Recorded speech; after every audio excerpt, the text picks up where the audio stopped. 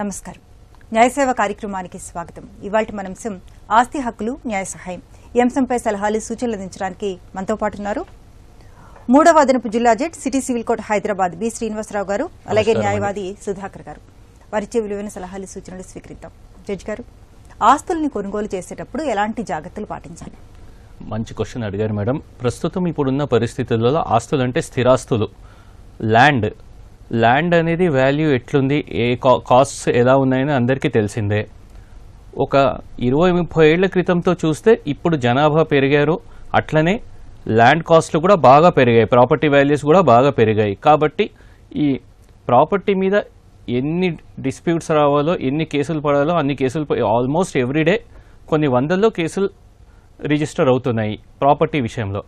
అందుకే ఏదైనా సరే ఒక అగ్రికల్చర్ ల్యాండ్ కొనే ముందు, ఒక రెసిడెన్షియల్ ప్లాట్ కొనే ముందు, ఓ రెసిడెన్షియల్ హౌస్ కొనే ముందు, అగ్రికల్చర్ ల్యాండ్ అయితే ఆ అగ్రికల్చర్ ల్యాండ్ అనేది రెవెన్యూ రికార్డ్స్ ఉంటాయి, కాస్రా మన పహానీలను ఉంటాయి, అడంగల్ పహానీలను ఉంటాయి.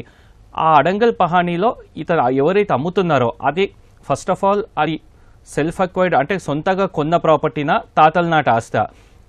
ఒకవేళ తాతల నాటి ఆస్తి అయితే ఈయనకు ఆ విక్రయదారునికి ఆయన ఫ్యామిలీ మెంబర్స్కి మధ్య ఆల్రెడీ పార్టీషన్ అయిందా, ఈయన షేర్కి వచ్చిందా, ఈయన పేరు మీద పట్టా పాస్బుక్ టైటిల్ డీడ్ ఉందా, అండ్ ఒక 10 సంవత్సరాల పహానీలు తీసుకొని చూడాలి. 10 సంవత్సరాల పహానీలో పట్టేదారుగా కానీ పొజెసర్గా కానీ ఆయన పేరే వస్తుందా. And at the same time registration సంబంధిత రిజిస్ట్రేషన్ ఆఫీస్కి వెళ్ళి ఎన్కంబరెన్స్ సర్టిఫికేట్ అనేది ఒకటి ఇస్తారు. ఆ ఎన్కంబరెన్స్ సర్టిఫికేట్ కూడా చూడాలి. ఈయన మళ్ళీ ఆ సంబంధించిన సర్వే నంబర్, అగ్రికల్చర్ ల్యాండ్కి అయితే సర్వే నంబర్స్ ఉంటాయి, ఊరి పేరు, సర్వే నంబర్ అవన్నీ ఉంటాయి. ఈ ఊరిలో ఈ సర్వే నంబర్లో ఏమన్నా ఇప్పుడు ఆ భూమికి సంబంధించి ఏమైనా సేల్స్ కానీ క్రయ విక్రయాలు ఏమైనా జరిగాయా, అది ఆయన పేరు మీదనే ఉందా, ఇవన్నీ ఎన్కంబరెన్స్ సర్టిఫికేట్లో తెలుస్తాయి. మార్కెట్ వాల్యూ సర్టిఫికేట్ కూడా తీసుకోవాలి. అలాగే రెసిడెన్షియల్ ప్లాట్ అయితే అది రెసిడెన్షియల్ ప్లాట్ ఆయనకి ఎక్కడి నుంచి వచ్చింది, కొన్నాడా, తాతల నుంచి వచ్చిందా, లేకపోతే అది ఇల్లు అయినా కూడా ఇల్లు అయితే పర్మిషన్ ఉందా, మున్సిపల్ పర్మిషన్ ఉందా, అది ఇంటికి సంబంధించి ఆయన ఆ విక్రయదారు పేరు మీద ఉంటే దానికి సంబంధించి electricity bills and property tax bills ఇవన్నీ ఒక 10-15 సంవత్సరాలే వెరిఫై చేసుకోవాలి. అట్ ద సేమ్ టైం వీళ్ళది కూడా రిజిస్ట్రేషన్ ఆఫీస్లో ఎన్కంబరెన్స్ సర్టిఫికేట్ తీసుకోవాలి వెళ్ళి కంపల్సరీగా. ఆ పర్టికులర్ హౌస్ నంబర్ ఆ ఏరియాలో దానికి క్రయ విక్రయాలకు సంబంధించి ఒక 25 సంవత్సరాల వరకు ఎన్కంబరెన్స్ సర్టిఫికేట్ చూసుకోవాలి. And at the same time title documents అవన్నీ కూడా చూసుకోవాలి. ఆయన ఎక్కడ కొన్న ప్రాపర్టీ అయితే ఎవరి దగ్గర నుంచి కొన్నాడు, ఆ అమ్మిన అతనికి కరెక్ట్ ప్రాపర్టీ టైటిల్ ఉందా, ఏంటి, ఆయనకి ఎక్కడి నుంచి వచ్చింది, ఇవన్నీ డీటెయిల్స్ మనకు రిజిస్ట్రేషన్ ఆఫీస్లో దొరుకుతాయి. అవన్నీ చూసుకొని మళ్ళీ ఒక ఎక్స్పీరియన్స్డ్ సివిల్ అడ్వకేట్ దగ్గర కూడా ఒపీనియన్ తీసుకోవాలి.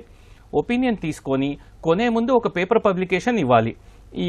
ఇట్లా ఫలానా మనిషి ఇతని దగ్గర నుంచి ఈ ప్రాపర్టీ కొంటున్నాడు, దానికోసం అడ్వాన్స్ కూడా ఇచ్చాడు, అగ్రిమెంట్ ఆఫ్ సేల్ అయింది, ఎవరికైనా ఏమైనా ఆబ్జెక్షన్స్ ఉంటే 7 రోజుల లోపల సంబంధిత లాయర్ గారిని కలవగలరు అంటూ ఒక పబ్లిక్ నోటీస్ కూడా ఇవ్వాలి. ఆ తర్వాత ఇవన్నీ జాగ్రత్తలు తీసుకొని ఇంకోటి సాదా బైనామాల మీద అగ్రికల్చర్ ల్యాండ్ అయితే ఓకే తీసుకోవచ్చు, అది ఎంఆర్ఓ గారి దగ్గర మళ్ళీ తర్వాత రిజిస్ట్రేషన్ చేసుకోవచ్చు ఇప్పుడున్న చట్టం ప్రకారం. అది non residential property like residential plot అయినా రెసిడెన్షియల్ హౌస్ అయినా అది కంపల్సరీ రిజిస్ట్రేషన్ అయి ఉండాలి. సాదా బైనామా మీద లేకపోతే ఉత్త అగ్రిమెంట్ ఆఫ్ సేల్ మీద రాసుకుంటే అది చెల్లదు, కంపల్సరీ రిజిస్టర్డ్ డాక్యుమెంట్ అయి ఉండాలి నాన్ రెసిడెన్షియల్ ప్రాపర్టీస్ అయితే. అండ్ అది సెల్ఫ్ అక్వైర్డ్ ప్రాపర్టీనా లేకపోతే తాతల నాటి ఆస్తులా ఏంటి, ఇవన్నీ పూర్తిగా క్షుణ్ణంగా పరిశీలించాలి. పేపర్స్ అన్ని పార్టీషన్ అయితే పార్టీషన్ రిజిస్టర్డా, ఒకవేళ అతను చెప్తాడు నాకు ఇది పార్టీషన్లో నాకు వచ్చింది అని చెప్తాడు అమ్మే అతను. పార్టీషన్ అయితే ఎప్పుడు పార్టీషన్ అయింది, దానికి కాగితం రాసుకున్నారా, అది రిజిస్టర్డా కాదా, ఇవన్నీ చూసుకోవాలి. ఊరికే ఓరల్ మాట మీద నమ్మి తర్వాత కొన్నాక అది మళ్ళీ ఎవరన్నా వచ్చి కేసు వేశారనుకోండి, కాదు అది అందులో మాకు హక్కు ఉంది అంటూ ఈ కొన్నతను చిక్కుల్లో పడిపోతాడు. ఇవి సంగతి. కాల్ తీసుకున్నా సార్. నాగేశ్వరరావు గారు తూర్పుగోదావరి నుంచి. హలో. నమస్తే సార్. నమస్తే అండి, చెప్పండి. యాక్చువల్గా మా తాతయ్య గారు అంటే మా ఫాదర్ ఫాదర్ ఒక చిన్నప్పుడు పెళ్ళైన కొత్తలో అనాథలు పెంచారు. ఓకే. అతను అనాథలు పెంచి తన మీ వాయిస్ కొంచెం బ్రేక్ అవుతుందండి, వాయిస్ క్లియర్ గా లేదు. ఓకే మళ్ళీ చెప్పండి. మా తాతయ్య సెల్ఫ్ ఎక్స్పెక్టెడ్ ప్రాపర్టీ ఒక అనాథ అనుభవిస్తున్నాడు. స్పీకర్ ఆన్ చేశారా అండి? అవునండి. మామూలుగా మాట్లాడండి. ఓకే, ఇప్పుడు వినిపిస్తుందండి? వినిపిస్తుంది, చెప్పండి. ఓకే, హలో, వినిపిస్తుందండి, చెప్పండి. హలో, వినిపిస్తుందా మేడం? వినిపిస్తుందండి, చెప్పండి. ఓకేనండి. మా తాతయ్య ఒక అనాథను పెంచారండి. ఓకే. తను మా తాతయ్య సెల్ఫ్ ఎక్విడ్ ప్రాపర్టీ అనాథ అనుభవిస్తున్నాడండి. మా తాతయ్య చనిపోయాక మా ఆస్తి మాకు ఇమ్మనంటే ఇవ్వట్లేదండి. అందుకని మేము పార్టీషన్ సూట్ వేసామండి తన మీద. ఓకే. రీసెంట్ గా 2023లో ప్రిలిమినరీ డిగ్రీ పాస్ అయిందండి మాకు ఫేవర్ గా. సో ఇప్పుడు ఫైనల్ డిగ్రీలో నడుస్తుంది. ఫైనల్ డిగ్రీ ఎన్నాళ్ళు పడుతుందో తెలియదు కాబట్టి మా పెద్దవాళ్ళు వృద్ధాప్యంలో ఉన్నారు. మా నాన్నమ్మ వాళ్ళకి నచ్చిన వాళ్ళకి ఇచ్చుకోవాలి, వాళ్ళు షేర్ అనేసి అనుకుంటారు కాబట్టి వాళ్ళు ఇప్పుడు హక్కు విడుదల దస్తావేజు రిజిస్ట్రేషన్ చేసి ఇచ్చుకోవచ్చారండి ఎవరికైనా సరే. ఓకే. ఇప్పుడు అనాథని పెంచుకున్నారు అంటున్నారు కదా, ఏ వయసు నుంచి పెంచుకుంటున్నారండి? ఒక 6 years నుంచి పెంచారండి. ఇప్పుడు దానికి ఆల్మోస్ట్ ఒక 70. అంటే దత్తత కార్యక్రమం ఏమన్నా జరిగిందా? ఒక 7 years నుంచి పెంచారు. అంటే ఒక 60 ఏళ్ళు పెంచారండి సుమారు. 60 ఏళ్ళు? అవునండి, 60 ఏళ్ళు పెంచారండి. దత్తత తీసుకోలేదు. దత్తత తీసుకోలేదు. అనుభవిస్తున్నారండి ఆయన. ప్రాపర్టీ ఎవరి పేరు మీద ఉందండి? ప్రాపర్టీ మా తాతయ్య పేరు మీదే ఉన్నదండి. మా సెల్ఫ్ ఎక్విడ్ ప్రాపర్టీ అండి. మా ఫాదర్ తాతయ్య. ఓకే. మీ తాతయ్య గారికి ఎంతమంది పిల్లలండి? మీ తాతయ్య గారికి ఎంతమంది పిల్లలు? మా తాతయ్య గారికి మా ఫాదర్, మా బాబాయ్, మా మేనత్త, అలాగే మా నానమ్మ. ఓకే. అంటే నానమ్మకి ఒక షేర్ వచ్చింది కాబట్టి, మా తాతయ్య లేరు కాబట్టి మా నానమ్మకి ఒక షేర్. సో తన షేర్ ని హక్కు విడుదల దస్తావేజు రాస్తానంటున్నారండి. కుదురుతుందండి ఇప్పుడు ఫైనల్ డిగ్రీలో? ఓకే జడ్జి గారు చూడండి, కోర్టులో ఆల్రెడీ కేసు పెండింగ్ ఉందన్నారు మీరు కదా. కోర్టులో కేసు పెండింగ్ ఉండగా, ఫైనల్ డిగ్రీ పెండింగ్ ఉండగా ప్రొసీడింగ్స్ అక్కడ మీకు ఎవరిది వాళ్లకు షేర్ అలాట్ అయ్యి కోర్టు సేల్ డీడ్స్ ఎన్గ్రాస్ చేసే వరకు అట్లా కోర్టు మీరు ఏది చేయడానికి లేదు, ఎవరు కూడా ఏది చేయడానికి లేదు, చేసినా చెల్లదు. అండ్ ఇంకోటి, మీ తాతయ్య గారు ఆయన ఎవరినో పెంచుకున్నారని అన్నారు కదా, ఆయన మీ తాతయ్య గారు చదివించారా ఏమన్నా? అయితే ఆయన స్కూల్ రికార్డ్స్ లో మీ తాతయ్య గారి పేరు ఏమన్నా తండ్రి పేరు మీ తాతగారి పేరు అట్లా ఏమన్నా రావడం కానీ, అట్లా ఆయన పర్సనల్ ఐడి ప్రూఫ్ లో సన్ ఆఫ్ అని మీ తాతయ్య పేరు రావడం ఏమన్నా జరిగిందా ఎక్కడన్నా? ఎక్కడ ఒక చోట సన్ ఆఫ్ అని వచ్చింది కానీ అది ఇంకా జడ్జిమెంట్ ప్రిలిమినరీ డిగ్రీ పాస్ అయింది సార్. అది ఇంకా అదే కోర్టులో పెండింగ్ ఉన్న వాటి గురించి అండి. ఫస్ట్ ఆఫ్ ఆల్ కోర్టులో ఏదైనా కేసు పెండింగ్ ఉంటే వాటికి సంబంధించి ఎట్లాంటి లావాదేవీలు జరపొద్దు, జరిపినా చెల్లవండి. మరి పెద్ద వయసు వాళ్ళు ఫైనల్ డిగ్రీ వరకు ఆగలేరు సార్. అది మనం ఏం చేయలేమండి. ఇంకోటి, కోర్టులో పెండింగ్ ఉన్న వాటిని మమ్మల్ని అడిగితే మేమేం చెప్పలేము. కోర్టులో పెండింగ్ ఉన్న వాటి గురించి కోర్టులో ఆ జడ్జి గారే చెప్పాలి తప్ప. అండ్ కోర్టులో ఒకసారి మీరు కోర్టుకు వెళ్లారు, కోర్టులో ఒక ప్రిలిమినరీ డిగ్రీ వచ్చింది, ఫైనల్ డిగ్రీ పాస్ అయ్యే వరకు మీరు ఏం చేసినా మళ్ళీ వాళ్ళు వేరే థర్డ్ పార్టీస్ వచ్చి ఆబ్జెక్షన్ చేస్తే ఇంకా కాంప్లికేట్ అవుతుంది. అట్లా మరి కాల్ తీసుకుందాం అండి. వరంగల్ నుంచి మధుసూదన్ గారు. Hello madam. నమస్తే అండి, చెప్పండి. నమస్తే మేడం. ఏం లేదు మేడం, మా తాతగారి జల్పత్పల్లి ప్రాపర్టీ మేడం, ఒక ప్లాట్, ఓపెన్ ప్లాట్. ఓకే. దాన్ని మా నాన్నగారికి ఆయన వాటాకు వస్తే ఆయన పేరు మీద ఉంటే మా నాన్నగారు అన్నదమ్ములు ప్లస్ మా నాన్నమ్మ గారు అందరు కలిసి గిఫ్ట్ చేసారండి. గిఫ్ట్ 2011లో గిఫ్ట్ చేసారు. మా నాన్నగారు పర్మిషన్ తీసుకొని దాంట్లో ఇల్లు కట్టిండు, ప్లస్ ట్యాక్స్ కడుతుండు, మున్సిపల్ ట్యాక్స్ కడుతుండు, plus current bill, water bill అన్ని కడుతుండు. ఆయన ఆధ్వర్యంలో ఉంది. గిఫ్ట్ ఏమన్నా ఫ్యూచర్ ఏమన్నా ప్రాబ్లం అయితే ఒప్పంద పత్రం రాసుకున్నాము. మేము ఇంతమంది ఉన్నాము, మేము అందరం కలిసి చేస్తున్నాం అని చెప్పి ఒప్పంద పత్రం రాసుకున్నామని. అదే ఫ్యూచర్ లో ఏమన్నా ప్రాబ్లం అవుతుందేమని చెప్తున్నాం. ఓకే లాయర్ గారు, అది రిజిస్ట్రేషన్ ప్రాపర్ రిజిస్టర్ చేసుకున్నాను, గిఫ్ట్ లేకపోతే అది నోటరీ చేసుకున్నాను. ఒప్పందం అన్నారు కదా, అది ఒప్పంద పత్రం రాసుకున్నాం.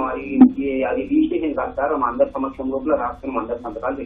ఇప్పుడు గిఫ్ట్ డీట్ అయితే ఉందన్నారో అది మీ నాన్న పేరు మీద ఉందా లేకపోతే ఎవరి పేరు మీద ఉంది? మా నాన్న పేరు మీద, మా తాతగారి పేరు మీద. ఆయన చనిపోయిన తర్వాత వాళ్ళ అన్నదమ్ములు మా నాన్నమ్మ అందరు కలిసి మా నాన్నగారికి ఇచ్చేసి. ఓకే, అట్లాంటి వాటికి ఏం ప్రాబ్లం ఉండదండి, ఎందుకంటే అందరూ ఆల్రెడీ ఒప్పందం చేశారు కాబట్టి దాని గురించి ఏం ఆలోచించే పని కూడా ఉండదు, ఏం కాదండి. మేము అన్నదమ్ములము, మా నాన్నగారు ఒక 5 మంది, వాళ్ళందరూ అన్నదమ్ములం కూడా ఒప్పంద పత్రం రాస్తున్నాము. ఏం కాదు, ఏం కాదు.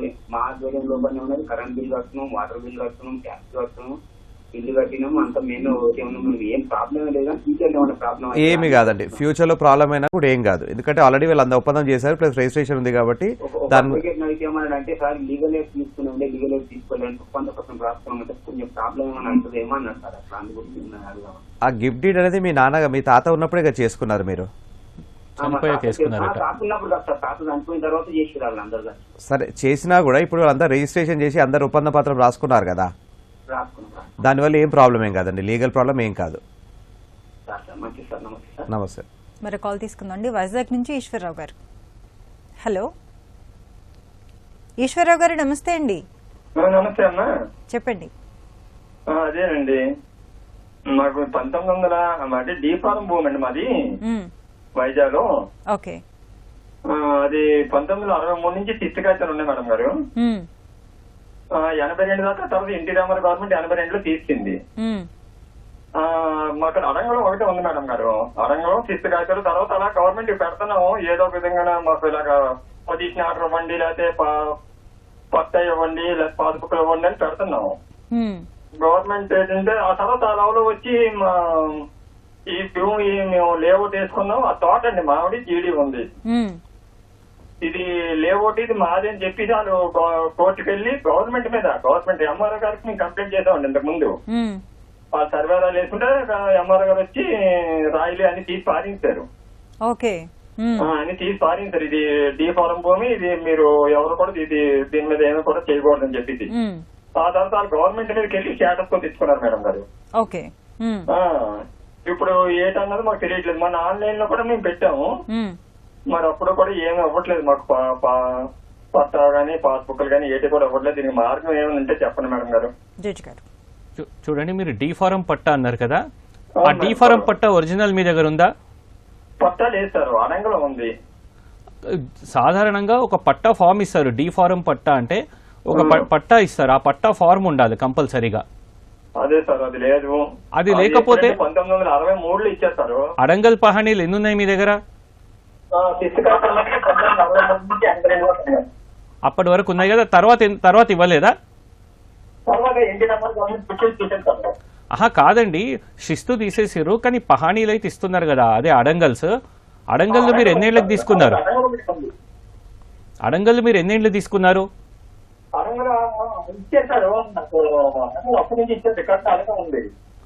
ఎన్నేళ్ళది ఉంది? ఎన్నేళ్ళది?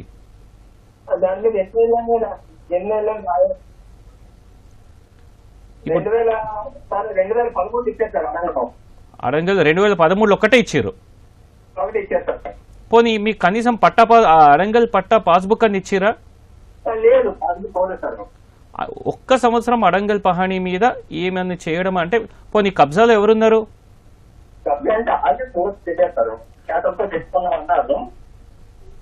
చూడండి, ఇప్పుడు మీరు ఏం చేస్తారంటే, ఇప్పుడు ఇట్లా కాదు, మీ సంబంధిత కలెక్టర్ ఆఫీస్కి వెళ్ళి ఇట్లా మాకు అప్పుడు డీ ఫారం పట్టా ఇచ్చారు, కానీ డీ ఫారం పట్టా మా దగ్గర ఇప్పుడు మిస్ప్లేస్ అయింది, ఒక పహాణి మాత్రం ఉంది, అందులో మా పేరుంది, కానీ అది మాకు అదేమంటారు ఇప్పటివరకు డీ ఫారం పట్టా ఇవ్వలేదు, అది దొరకలేదు, కాబట్టి మాకు డూప్లికేట్ ఇవ్వండి అని చెప్పి అట్లా పెట్టండి వెళ్ళి కలెక్టర్ గారికి. డూప్లికేట్ డీ ఫామ్ పట్టా ఇవ్వండి అంటూ. అంటే ఎవరి పేరు మీద ఇచ్చారు అది ఇప్పుడు యాక్చువల్ గా? ఉన్నారా మీ నాన్నగారు ఇప్పుడు? ఆయన చనిపోయి ఎన్నేళ్ళు అయింది?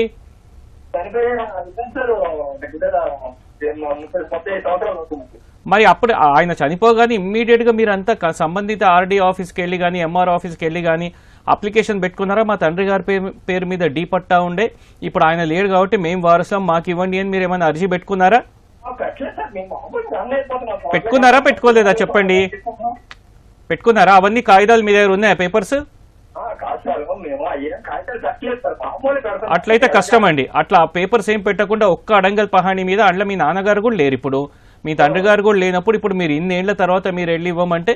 అండ్ ఇంకోటి, డీ ఫారం పట్టాల మీద ఎప్పుడు బౌండరీస్ ఉండవండి, ఎప్పుడు హద్దుబందులు ఉండవు. వాళ్ళకు ఓన్లీ ఎంత ఎక్స్టెండ్ ఉందనేదే ఇస్తారు, వెళ్ళి అక్కడ కబ్జా తీసుకోమంటారు. అట్లా కబ్జా ఇచ్చినది ఒక ప్రొసీడింగ్స్ ఉంటుంది, ఆ ప్రొసీడింగ్స్ కూడా అవేం లేవు కాబట్టి మీ దగ్గర. ఆ భూమి కూడా ఎక్కడుందో మీకు తెలియదు కాబట్టి. తెలుసా? అంటే మీరు ఇప్పుడు కబ్జా యాక్చువల్ గా అక్కడ ఏమైనా చేస్తున్నారా భూమిలో మీరు? చేసుకున్న ప్రతి ఒక్కరు అలాగే మేమే తింటాం. అయితే మీరు ఇక ఎక్కువ మీరు కలెక్టర్ గారికి ఒక అర్జీ పెట్టుకోవాలి. ఇదంతా మాకు తెలియదు కాబట్టి మేము ఇవన్నీ మాకు సరిగ్గా చెప్పేవాళ్ళు ఎవరు లేక మేము పట్టించుకోలేదు. ఇప్పుడు ఇది సంగతి, తండ్రి గారికి ఉండే మాకు కూడా ఇవ్వండి అని ఒక అర్జీ పెట్టుకొని చూడండి. కలెక్టర్ గారు ఒక నెల లోపల ఏమన్నా యాక్షన్ తీసుకోకుంటే అప్పుడు మీరు హైకోర్టులో వెళ్ళి రిట్ వేసుకోవాలి, సంబంధిత హైకోర్టులో రిట్ వేసుకోవాలి మీరు అప్పుడు. ఏంటండి పార్టీ వాళ్ళ మేము ఇది లేవో కానీ స్టేటస్ కో తెచ్చుకున్నారు కదా, వాళ్ళకి తెలిసేదండి. ఇప్పుడు స్టేటస్ కో తెచ్చుకుంటే మీరు పొజిషన్ మీద స్టేటస్ కో తెచ్చుకున్నారండి. మీకు డీ ఫారం కావాలన్నా, మీ పేరు మీద పట్టా కావాలన్నా ఇది రెవెన్యూ అధికారులే చేస్తారు. సివిల్ కోర్టులు చేయవు ఇట్లాంటివి, రెవెన్యూ అధికారులకే ఉంటుంది. రెవెన్యూ డిపార్ట్మెంట్ వాళ్ళే చేయాలి. వాళ్ళు యాక్షన్ తీసుకోకుంటే హైకోర్టుకి వెళ్ళి రిట్ వేసి ఏదైనా డైరెక్షన్ తెచ్చుకోవాలి అట్లా. అలాగే సార్. అయితే సార్ మన ఆన్లైన్ లో పెట్టాను సార్, ఆన్లైన్ లో పెట్టాను మా పేర్ల మీద సర్వే నెంబర్ తో పాటు ఇచ్చారు, కానీ ఇది మీకు గవర్నమెంట్ ల్యాండ్ పట్టాలు పాస్బుక్లు ఇవ్వన్నారు. ఇస్తారు, అట్లుండదు, ఇస్తారు. డీ ఫారం పట్టా కూడా డీ ఫారం పట్టా అని ఒకటి ఉంటుంది, ఆ డీ ఫారం పట్టా తీసుకోవాలి. మరో కాల్ తీసుకుందాం. కడప నుంచి రాజు గారు. హలో. హలో, నమస్తే అండి, చెప్పండి. నమస్తే మేడం. చెప్పండి. సభ్యులకు కూడా ధన్యవాదాలు అండి. అది యాక్చువల్ గా మాది ఒక స్థలం ఉందండి. ఆ స్థలము రోడ్డుకు ఒక 30 feet ఉంటది, లోపలికి ఒక 150 feet ఉంటుందండి. ఈ 30 feet లో ఫస్ట్ ఒక 50 feet ఒక 6 feet వదిలేసి రోడ్డుకి మిగిలినదంతా అమ్మేశారు. అంటే ఒక 24/5 ఒక 50 అమ్మేశారు అనమాట. మా ఫాదర్ వాళ్ళే, అది మా మదర్ వాళ్ళు. మా మదర్ నుంచి మాకు గిఫ్ట్ డీడ్ గా వచ్చింది. నాకు మా మదర్ వాళ్ళు 50 members ఉంటారు, వాళ్ళ నుంచి నాకు గిఫ్ట్ డీడ్ గా వచ్చింది. ఈ ఫండ్ అనేది అంటే 6 feet by 50 ఉంటుంది కదండి, అది నా పేరు మీదనే ఉంది. అది పక్కన వాళ్లకు ఒక్క కిటికీ మాత్రమే పెట్టుకోవడానికి అవకాశం ఉంది అని వాళ్ళు నీట్ గా డాక్యుమెంట్ లో రిజిస్ట్రేషన్ చేసినప్పుడు వాళ్ళకి ఇచ్చారన్నమాట. ఇప్పుడు వెనకల నాది మిగతా 100 feet by 30 ఉంది, దానికి 6 feet దారి అన్నమాట. ఇప్పుడు వీళ్ళు ఏం చేశారంటే, మేము అమ్మిన వాళ్ళు ఈ 6 feet ని కింద వాటర్ పైప్, డ్రైనేజ్ పైప్లు అవి ఇవి వేసేస్తారు. పక్కన మేము కిటికీ మాత్రం పెట్టుకోవాలని చెప్తే వాళ్ళు సుమారు ఒక 2 షట్టర్స్ వేసేసారు. అక్కడ ఒక పైకి మెట్లు దారి కూడా అక్కడి నుంచే పెట్టుకున్నారు. అది కాకుండా పైన కూడా ఒక దానిపైన అంటే ఫస్ట్ ఫ్లోర్ లో దాని మీద ఆక్యుపై చేసేస్తారు అన్నమాట, ఒక 5 feet దాకా ఆక్యుపై చేస్తారు. ఇప్పుడు అంటే నేను బెంగళూరులో ఉంటాను, అందువల్ల ఇది ఇవన్నీ చూసుకోలేకపోయాను. ఇప్పుడు ఏమన్నా మేము చేయడానికి వస్తుందా? మేము పోలీస్ రిపోర్ట్ ఇవ్వాలా, లేకుంటే డైరెక్ట్ గా కోర్టులో అవాయిడ్ చేయాలా? ఇది అయ్యి ఒక 10 ఏళ్ళు అయిపోయిందండి. సరే, ఇప్పుడు మీరు చెప్పిన దానికి ఏంటంటే, మీరు ఫస్ట్ ఒకటి జిహెచ్ఎం, మీకు అక్కడ మున్సిపాలిటీ ఉంటుంది కదండి, అక్కడ మున్సిపాలిటీలో ఫొటోస్ తో పాటు ప్రూఫ్స్ తో పాటు కంప్లైంట్ ఇవ్వండి. అక్కడ కంప్లైంట్ ఇచ్చిన తర్వాత వాళ్ళకి వాళ్ళ ఫస్ట్ ఏంటంటే అక్కడ లోకల్ యూత్ ఉంటారో వాళ్ళు అసిస్టెంట్ కమిషనర్ వాళ్ళందరికీ కంప్లైంట్ ఇస్తూ చూడండి, వెయిట్ చేయండి, ఒక 1 week 10 days 1 month వరకు వెయిట్ చేయండి. అందరికీ ఇస్తూ టౌన్ ప్లానింగ్ వ్యవస్థలు అందరికీ ఇవ్వండి. ఇన్ కేసు వాళ్ళు కనుక యాక్షన్ తీసుకోకపోతే జిహెచ్ఎం మన మున్సిపల్ డిపార్ట్మెంట్ మీద హైకోర్టులో డైరెక్షన్ తీసుకోండి. రేట్ ఏమనంటే మేము ఇట్లా ఇన్ని రోజులని కంప్లైంట్ ఇచ్చినాము, బట్ వాళ్ళు మా భూమి ఇట్లా కబ్జా చెప్పినప్పుడు యాక్షన్ తీసుకుంటే అని చెప్పి మీరు హైకోర్టులో ఒక డైరెక్షన్ తీసుకుంటే, హైకోర్టు వాళ్ళు వచ్చేసి వాళ్ళకి ఇన్స్ట్రక్షన్స్ ఇస్తారు, వాళ్ళకి తీసేయమని చెప్తారు. తీయని పరిస్థితిలో వాళ్ళు డిపార్ట్మెంట్ వాళ్ళు వచ్చేది కూల్చేస్తారండి. అది సార్ ఈయన దృష్టికి వచ్చి ఎన్నేళ్ళు అయింది ఈ విషయం కనుక్కోండి. ఈయన దృష్టికి వచ్చి 10 ఏళ్ళు అయింది అంటుంది. 10 ఏళ్ళు అవుతుంది అంటారు. ఈయన దృష్టికి ఎప్పుడు వచ్చింది? మీ దృష్టికి ఎప్పుడు వచ్చింది సార్? అది నాకు ఫస్ట్ నుంచి తెలుసు, కానీ చాలా స్ట్రాంగ్ అన్నమాట. అందువల్ల నేను వాళ్ళకు చెప్పలేకపోయాను అప్పుడు. సరే, ఇప్పుడు మీరు చెప్తున్నారు కాబట్టి ఇంకోటి ఏంటంటే, మీరు తెలిసి 10 ఏళ్ళు అవుతుంది అన్నారు కాబట్టి ఇప్పుడు దానికి లిమిటేషన్ కూడా ఒకటి వస్తుందండి మనకి. ఏది చేసినా కూడా సివిల్ డిస్ప్యూట్ లో మీరు అయినా కూడా ఒకవేళ అవకాశం ఉంటే మీరు ఏంటంటే ఒకసారి మున్సిపల్ డిపార్ట్మెంట్ కి కంప్లైంట్ ఇవ్వండి. సో వాళ్ళు అకార్డింగ్లీ చెప్తారు మీకు. ఎందుకంటే ఇప్పుడు మీరు చెప్పిన దాని ప్రకారం టైం కూడా అయిపోయింది కదా, లిమిటేషన్ మాకు ప్రతి దాంట్లో ఒకటి లిమిటేషన్ అంటూ ఒకటి ఉంటుంది. సో దాటిపోయింది కాబట్టి మీరు ఒక్కసారి వాళ్ళ దృష్టికి తీసుకెళ్ళండి, వాళ్ళు దాన్ని బట్టి చెప్తారు మున్సిపల్ అథారిటీస్ వాళ్ళు. మరో కాల్ తీసుకుందాం అండి. నిజామాబాద్ నుంచి రాజారాం గారు. హలో. నమస్తే మేడం. నమస్తే అండి, చెప్పండి. ఏం చేస్తాం, మాది నిజామాబాద్ జిల్లా భీమగల్ మండలం సార్. మా దోస్తుకు ఆయనకు వాళ్ళ అమ్మ నాన్నకు 2 భార్యలు. ఎవరికండి? మా చుట్టం బంధు, మా దగ్గర బంధువు అయిన వ్యక్తికి వాళ్ళ నాన్నకు 2 భార్యలు. వాళ్ళ అమ్మ జీవించున్నది, వాళ్ళ చిన్నమ్మ చనిపోయింది, వాళ్ళ నాన్న చనిపోయిండు. అయితే కొంత 2 ఇళ్ళు ఉంటే వాళ్ళ చిన్నమ్మ ఏం చేసిందంటే వాళ్ళ అమ్మ పేరు మీద జంపు చేపించుకుంది. వాళ్ళ చిన్నమ్మ జంపు చేసుకొని చనిపోయింది. వాళ్ళ అమ్మ పేరు మీద మున్సిపాలిటీలో ఇల్లు ఉన్నది. ఓకే. మళ్ళీ ఒక 360 గజాల స్థలం ఉంది. అదేం చేసిందంటే వాళ్ళ అమ్మను మానసిక వ్యాధి 30 ఏళ్ళ నుంచి బయటకు వెళ్ళలేదు. వాళ్ళ అమ్మని జైలు తీసుకపోయి ఈపీడీ చేసుకుని చనిపోయింది. చనిపోయిన తర్వాత వాళ్ళ చిన్నమ్మ కొడుకు ఏం చేసింది, అతను చేయించుకొని నిజామాబాద్ లో ఉంటారు, సిటీలో ఉంటారు. దాని మీద ఏంటంటే అమ్మటానికి ప్రయత్నిస్తే మూక మీద మేము నమ్మ దుడ్డట్లు అమ్ముతావు, ఇద్దరు అమ్మాలంగా చేస్తామని తీసుకుంటా అంటే లేదు నీకు ఏమక్కున్నది, ఇది ఎప్పుడో నేను మాకు ఇచ్చేసిండ్రు అంటే మేము కోర్టుకి వెళ్ళినాం. కోర్టుకి వెళ్తే ఇక ఇప్పుడు మొన్ననే ఒక కోర్టు 2 హాజరు అయినాయి. వాళ్ళ లాయర్ మా లాయర్ ఏం చేసిందో మాట్లాడుకుంటానే నేను పిలిపించి ఏం చేసిందంటే ఇచ్చేసింది గ్రీప్ టీటీ కదా మీకు ఏమనుకుంటుంది. మా లాయర్ కూడా వాళ్ళ సైడ్ అయిపోయి వాళ్ళ సైడ్ అయిపోయాడు. ఇప్పుడు మేము ఇంకా మేమైతే బార్ అసోసియేషన్ లో కంప్లైంట్ చేస్తాం సార్, ఇది కరెక్ట్ కాదు.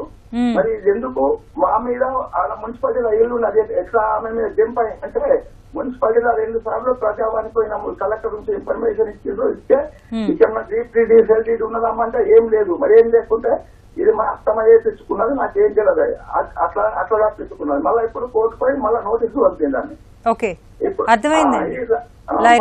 దీని మీద మాకు ఏమన్నా ఇతను చూసుకోవాలి, న్యాయం కలుగుతుందా? చిన్నమ్మ చనిపోయింది, నాన్న చనిపోయింది, ఆమె జీవించున్నది అమ్మ. ఇప్పుడు ఆల్రెడీ కేసు కోర్టులో పెండింగ్ ఉంది కదండి? 2 నెలలు అవుతుంది సార్. అంటే అదే కోర్టులో కేసు పెండింగ్ ఉంది కాబట్టి మీరు కోర్టులోనే ప్రొసీడ్, మీరు ఏమైతే మాకు చెప్పాలనుకుంటారో కోర్టు దృష్టికి తీసుకెళ్తే కోర్టు వాళ్ళే నిర్ణయిస్తారు. అది ఇప్పుడు అది పెండింగ్ ఉండగా మేము చెప్పడానికి ఏముండదు. ఇప్పుడు లాయర్ కూడా కొంచెం వన్ సైడ్ అయిపోయింది. సరే, అట్లా అన్నప్పుడు ఏంటంటే మీరు లాయర్ని మార్చుకోండి. లాయర్ని మార్చుకోవచ్చు. లాయర్ ద్వారా ఎన్ఓసి తీసుకొని వేరే లాయర్ని పెట్టుకొని మీరు కేసు వాదించవచ్చు. అంతేగాని ఇప్పుడు కంప్లైంట్ కాదు, కానీ మీరు వేరే లాయర్ని మార్చుకోండి. మార్చుకోవచ్చండి. ఎన్ఓసి తీసుకొని అది కోర్టులో పిటిషన్ పెట్టుకోవచ్చు వేరే లాయర్ ద్వారా. అంతే అంతే. ఈ లాయర్ బదులు వేరే లాయర్ ఉంటాడు రికార్డ్ లో. ధన్యవాదాలు సార్. ఓకే. జడ్జి గారు, సివిల్ కేసుల్లో లిమిటేషన్ పీరియడ్ ఎంత వరకు ఉంటుందండి? సాధారణంగా చూడండి, ఏ కేసు అయినా ఇప్పుడు మనీ రికవరీ సూట్ కానీ లేకపోతే డిక్లరేటరీ సూట్ కానీ పార్టిషన్ సూట్ కానీ from the date of demand 3 years లోపల వేయాలి. సో ఏవైనా కేసెస్ 3 ఏళ్ల లోపల వేయాలి. అదే సూట్ ఫర్ పొజిషన్ అయితే 12 ఏళ్ల వరకు ఉంటుంది లిమిటేషన్ పీరియడ్. సాధారణంగా లిమిటేషన్ అనేది ఎందుకు చెప్పారంటే ఇప్పుడు ఎప్పుడో 10 ఏళ్ల కింద 20 ఏళ్ల కింద జరిగిన దానికి ఇప్పుడు వచ్చి చేస్తే అంటే ఇంతకాలం why he did not take any steps. ఎప్పుడైనా అంటారు కదా, దెబ్బ దాకగానే కట్టు కట్టుకోవాలి, దెబ్బ దాకి పుండు ముదిరినాక కట్టు కట్టుకున్నా ఏం లాభం లేదు అంటారు కదా. అట్లా ఇదేంటంటే ఇంగ్లీష్లో ఒక ఇది ఉంది, ఒక సామెత, దాన్ని ఆధారం చేసుకొనే ఈ లిమిటేషన్ చట్టం చేయడం జరిగింది. ఏంటంటే law helps only those people who are vigilant over their rights but not those who sleeps over their rights. ఇది సంగతి. సో అట్లా టైంకు తొందరగా రియాక్ట్ అవ్వకుండా ఎప్పుడో నిమ్మకు నీరెత్తినట్టుండి తర్వాత ఎప్పుడో వచ్చేసి కోర్టు టైం వృధా చేయకుండా ఉండడానికి ఈ చట్టం చేయబడింది. ఈ లా ఆఫ్, ఇది ఒక టెక్నికల్ యాక్ట్ కానీ చాలా ఇంపార్టెంట్ యాక్ట్. ఇది ఒక ప్రొసీజరల్ లా. ఇది కూడా లా ఆఫ్ లిమిటేషన్ అనేది లా ఆఫ్ లిమిటేషన్ 1963. ఓకే. అలాగే ఫోర్జరీ కానీ చీటింగ్ కానీ జరిగినప్పుడు ఇలాంటివి సివిల్ కి సంబంధించిన విషయాల్లో దానికి లిమిటేషన్ కూడా ఏమన్నా ఉంటుందండి? మన దృష్టికి వచ్చిన అంటే అది ఎట్లుంటుందంటే మనం ఎక్కడో ఉంటాం. ఇప్పుడు ఇంతకుముందు ఒక కేసులో ఆయన అన్నాడు బెంగళూరులో ఉంటానని. ఆయన ఎక్కడో ఉంటాడు, అబ్రాడ్ లో ఉంటాడు. ఆయనకు తెలియదు ఇక్కడ ఏం జరుగుతుంది, తెలియదు. ఇక్కడ ఉన్న వాళ్ళు ఆయన తప్పుతో పట్టిస్తారు, ఏం కరెక్టే తెలియదు. ఆయన ఎప్పుడో ఇండియాకి వచ్చో లేకపోతే సొంతూరుకు వచ్చో చూసినప్పుడు ఆయన దృష్టికి వచ్చింది అనుకోండి ఇదంతా. ఇవన్నీ ప్రూఫ్స్, నేను ఇక్కడ ఉండను అనే విషయం, వేరే దగ్గర ఉంటాననే విషయాలు ప్రూఫ్స్ పెడుతూ ఇప్పుడే మొన్న వచ్చినప్పుడే నా దృష్టికి వచ్చింది అని చెప్పి ఆ దృష్టికి వచ్చిన from the date of knowledge అనేది కూడా ఒకటి ఉంటుంది. Date of knowledge 3 years. Okay, అట్లా. ఓకే, మరి కాల్ తీసుకుందాండి. గద్వాల్ నుంచి రాముల్ గారు. హలో. Hello sir. అమ్మా రాముల్ గారు చెప్పండి. మాది ఒక 2 సంవత్సరాలు అవుతుంది, 1 సంవత్సరం అవుతుందమ్మా. భూమి కొంతకు వచ్చి ఇంతవరకు మా తాత మా నాయన గారు కానుంటూ మాదే భూమి. అయితే ఇప్పుడు ఆయన వేరే ఆయన తీసుకున్నాడు. రాములు గారు చెప్పండమ్మా. కొంచెం గట్టిగా చెప్పండి. గట్టిగా అమ్మా, మా తాత గారి మా నాన్న గారు మా తాత కొన్నాడు సార్ మేడం పొలాన్ని. ఓకే. అప్పట్లో ఇప్పుడు వేరే ఆయన వచ్చి సగం పక్కన చేరుకొని మీ చేతిలో వస్తుంది సగం చేను చెప్పని మా చేతిలోకి రాళ్ళు వాసినాడు. ఓకే. అందుకు మేము ఏం చేస్తే సరిపోతుంది. వేరే ఆయన వచ్చేసి మీ స్థలంలో ఇందులో సగం మాది అని చెప్పేసి రాళ్లు పాతేశారు, అంతేనా అండి? అంతేనండి. ఓకే. లాయర్ గారు, దీంట్లో మీరు కోర్టుకు వెళ్ళేసి అక్కడ ఏదైతే ప్రాపర్టీ ఉంది కదండి అక్కడ కన్సర్న్ కోర్టుకు వెళ్ళేసి ఆ లాయర్ పట్టుకొని మీరు ఏంటంటే కోర్టులో ఇంజక్షన్ డిక్లరేషన్ చేసుకుంటే మీకు సరిపోతుందండి. ఇంజక్షన్ ఏంటంటే అతను మీ భూమిలో రాకుండా ఉండడానికి, తర్వాత డిక్లరేషన్ అంటే మీ ప్రాపర్టీ మీది అని చెప్పుకోవడానికి, ఇంత హద్దులో చెప్పుకోవడానికి కోర్టులో డిక్లరేషన్ తీసుకోవచ్చండి. పోలీస్ కంప్లైంట్ కూడా ఇవ్వమండి, వస్తున్నారని పోలీస్ కంప్లైంట్. ఒకవేళ వాళ్ళు వచ్చి మీ ఏరియాకి వచ్చిన అనుకోండి, ఇట్లనే మీరున్నప్పుడు ఇట్లా భయభ్రాంతులు చేస్తే మీరు అక్కడ పోలీసు వాళ్ళకి 100 డయల్ కొట్టేస్తే పోలీసు వాళ్ళు వచ్చి అప్పటికప్పుడు చెదరగొడతారు. తర్వాత మీరు సివిల్ సూట్స్ వేసుకోవచ్చండి. మరో కాల్ తీసుకుందాం. హైదరాబాద్ నుంచి విజయ్ గారు. హలో. హలో, నమస్తే అండి, చెప్పండి. నమస్తే మేడం, నా పేరు విజయశాంతి మేడం. ఓకే అండి. నేను మా నాన్నగారు చనిపోయారండి 2020లో. ఓకే. అంబేద్కర్ కోనసీమ జిల్లాలో ప్రాపర్టీస్ ఉన్నాయండి కోటిపల్లి గ్రామంలో. అయితే అది ఏం చేశారంటే, నేను ఎంఆర్ఓ గారికి నాన్నగారు ఆస్తులు ఎలాంటి నా అనుమతి లేకుండా బదిలీ చేయొద్దు అనేది నా అమ్మగారి పేరు మీద అయ్యి నేను అర్జీ పెట్టుకున్నానండి హైదరాబాద్ నుంచి. ఆయన నాకు అక్నాలెడ్జ్మెంట్ కూడా ఇచ్చారండి. ఇది కంప్లైంట్ పంపించిన సంవత్సరానికి ఎంఆర్ఓ గారు ఫోర్జరీ, నా సంతకాన్ని అన్నయ్యలు ఇద్దరు ఫోర్జరీ చేసేసి డాక్యుమెంట్స్ అన్ని చీట్ చేశారండి అక్కడ ఎంఆర్ఓ గారి దగ్గర. ఓకే. ఈ విషయం తెలిసి మేము మళ్ళీ కంప్లైంట్ పెట్టామండి. ఎటువంటి ఎలాగా మార్చారు, మాకు ఇవన్నీ సీసీ కాపీస్ ఇవ్వండి అంటే ఆయన మాకు మళ్ళీ పోస్ట్ ద్వారా పంపించారండి. అవన్నీ పట్టుకుని మేము పోలీస్ స్టేషన్, అక్కడ లోకల్ పోలీస్ స్టేషన్ వెళ్తే ఆయన స్వీకరించలేదండి ఆ కంప్లైంట్ ని, పక్కదారి పట్టించారు. మళ్ళీ మేము ఎస్పీ గారి ఆఫీస్ కి వెళ్ళి ఇస్తే ఆయన తీసుకుని ఇది మళ్ళీ అక్కడే లోకల్ పోలీస్ స్టేషన్ పంపించి కంప్లైంట్ ఫైల్ చేయండి, ఇది తెలుస్తుంది కదా అమ్మాయి అన్ని డాక్యుమెంట్స్ ద్వారా వచ్చింది, ఎందుకు మీరు పక్కదారి పట్టిస్తున్నారు, అమ్మాయికి ఎందుకు న్యాయం చేపించట్లేదు అనేసి సార్ చెప్పారండి. అప్పుడు ఆయన మాకు ఎఫ్ఐఆర్ ఫైల్ చేసి ఇచ్చారండి 10 days బ్యాక్. నేను 3 years నుంచి కంప్లైంట్ ఇస్తుంటే 3 years ఒక 10 days బ్యాక్ అది ఎఫ్ఐఆర్ రిజిస్టర్ చేసి ఇచ్చారు. మేము ఎన్నిసార్లు పోలీస్ స్టేషన్ చుట్టూ తిరుగుతున్నా ఆయన మమ్మల్ని ఎందుకు మాకు కంప్లైంట్ యాక్సెప్ట్ చేయకుండా మా మీద నిర్లక్ష్యం వహిస్తూ మమ్మల్ని బాధ పెడుతూ నైట్ అర్ధరాత్రి వరకు. ఓకే, అర్థమైందమ్మా. ఇప్పుడు ఏంటి కంప్లైంట్ తీసుకోవట్లేదని, అంతే కదా? అయితే ఇది ఎఫ్ఐఆర్ ఫైల్ చేశారండి లాస్ట్ ఒక 10 days బ్యాక్. ఇది డెవలప్మెంట్ ఏమి ఉండట్లేదు మేడం, వాళ్ళ నుంచి మాకు ఏం రివ్యూ కూడా రావట్లేదు. చూడండి, ఇప్పుడు మీ బ్రదర్స్ మీద ఏదో ఫార్జరీ చేశారన్నారు కదా, అవును. ఫార్జరీ అంటే ఏంటి? మీరు ఏదన్నా వాళ్లకు రిలీజ్ చేసినట్టు రాశారా, లేకపోతే రిలింక్విష్ చేసినట్ట, గిఫ్ట్ మీ మధ్య పార్టీషన్ అయినట్ట, ఏం రాశారు వాళ్ళు? నోటరీ ఒకటి వాళ్ళు అటెస్ట్ చేసి ఇచ్చారు సార్, అందులో నా సిగ్నేచర్ ని ఏంటిది అంటే ఏముంది అందులో? ఆ సబ్జెక్ట్ మ్యాటర్ ఏంటి? ఆ నోటరీ సబ్జెక్ట్ మ్యాటర్ ఏంటి?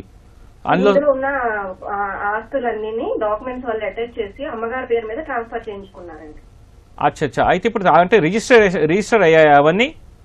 అవును సార్. అయితే ఇప్పుడు మీ అమ్మగారు మీ సైడ్ ఉన్నారా వాళ్ళ సైడ్ ఉన్నారా? అటు సైడ్ వాళ్ళ దగ్గరే ఉంటున్నారు సార్, మేము హైదరాబాద్. అండ్ ఇంకోటి, మీ నాన్నగారికి కొన్నారా అవి, లేకపోతే అవి వారసత్వంగా వచ్చాయా మీ నాన్నగారికి? అందులో ఉన్న కొన్ని ప్రాపర్టీస్ 1-2 నాన్నగారి ఉంటే మిగిలినవన్నీ యాన్సిస్టర్ ప్రాపర్టీస్ అండి.